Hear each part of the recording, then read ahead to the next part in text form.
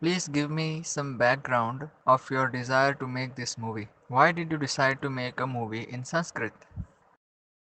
I first got exposed to Sanskrit through a Sanskrit workshop that happened in Infosys 5 years back.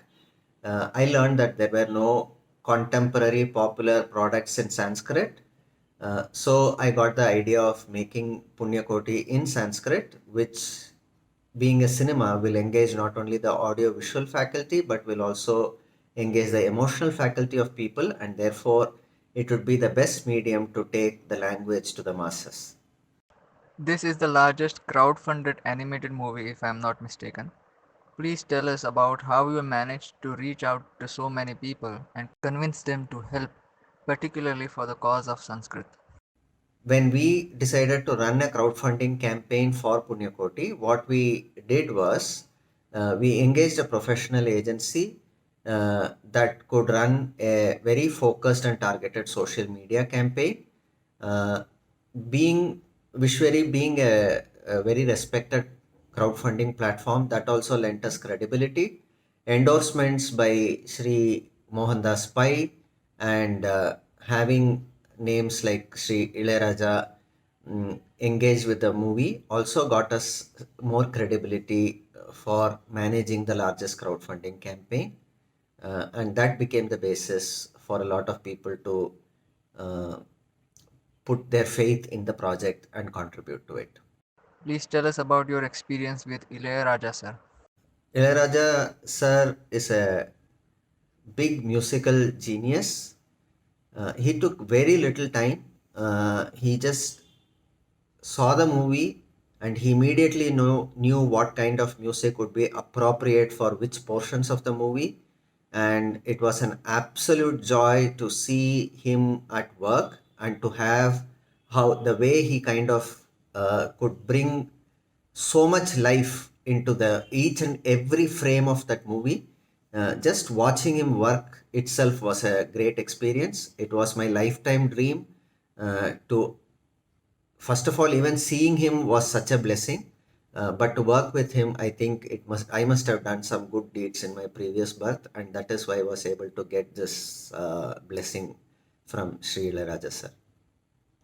Which character in the movie, besides Punyakoti, is the most important?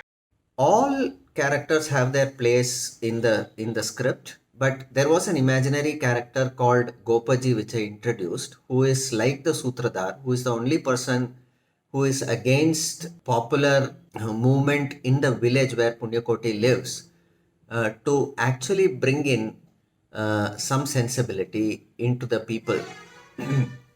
And that character is very important in the movie. The character is being played by Professor Leela. There are many child characters in the movie. Can you please tell us something about them? Children's character play a very important role in the movie. They are actually the embodiment of innocence and mischief, and they take the movie along. And when they get that it is okay to make mistakes, it is okay to accept that one did not do the right thing, or one can come back into the path of truth at any point of time and still have a glorious life, is very important. And if children get it that it is okay to be honest and open, I think we have already won the battle for our future. So therefore, the children's character are very important. Most of the children's character that you see in the movie are friends of the protagonist's son, Kalinga, who is the cowherd uh, who has the herd that has Punyakoti in it, and all his childhood friends. So it is Putta and his friends who are very important children's character in the movie. The movie has humor, valor, awe, and many other elements. Please tell us about what a viewer would take with him or her after watching the movie. There are two, three key messages that I would want the viewer to take with him or her as a director of the movie. One is the message of the power that one gets when one can tread in the path of truth. The second message that I would want them to get is living in harmony with nature and not to exploit the planet beyond a point. Third message that I would want them to get is that even though we may become very righteous and try to impart a lot of messages, humanity tends to forget it after a point of time, and some people need constant reminders to get back into the path of living a life of honesty and a life of harmony with nature. The film is set in a village background. Do you wish to inspire people to live a more healthy and eco-friendly life in the villages?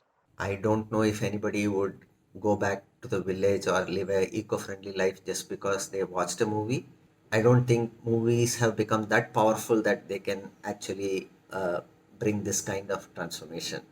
But if it happens, I will be very happy. I myself live a life which is to the maximum possible, not very exploitative of nature.